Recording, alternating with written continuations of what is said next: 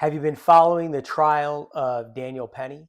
That's the Marine Corps veteran who put Jordan Neely in a chokehold in a New York City subway, and Jordan Neely ended up passing. Now, Mr. Penny is charged with criminally negligent homicide and manslaughter in the second degree.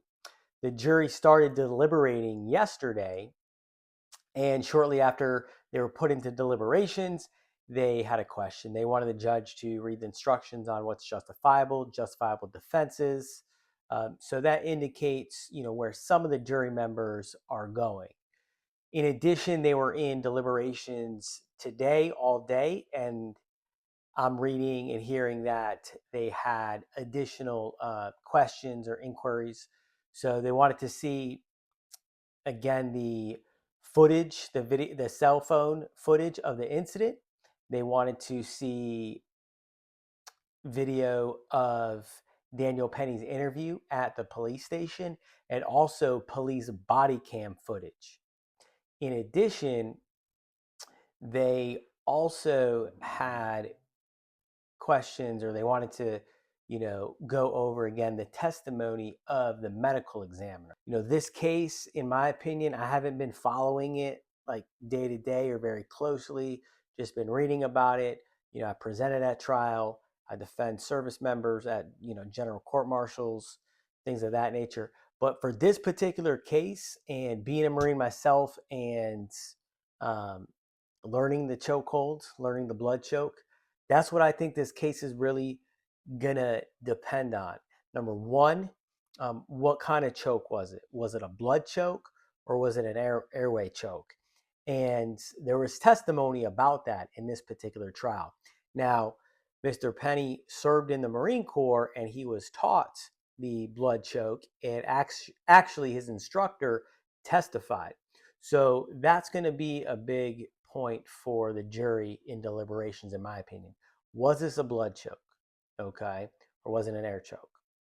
In addition, the duration of that choke. So there is testimony, and we're taught in training, blood chokes you hold only for 5 seconds during training. The individual that testified asked how long would it take to render someone unconscious when performing a blood choke, and that individual said at least 13 seconds. So yes, blood chokes, if you put them, if they're properly executed, it is quick. But if you look at the cell phone video, this happened over several minutes. The choke was over 5 minutes and 53 seconds, I believe. And you got to remember, this is a street fight. This is, adrenaline's pumping, and Mr. Daniel Penny is holding this individual, and that individual, Jordan Neely, is struggling, trying to get out of the hold, etc. So, you really can't look at specifically the person said 13 seconds to render someone unconscious, 5 minutes and 53 seconds. Well, that person's struggling. He doesn't have a blood choke on that whole time. Otherwise, that person would have been out very quickly.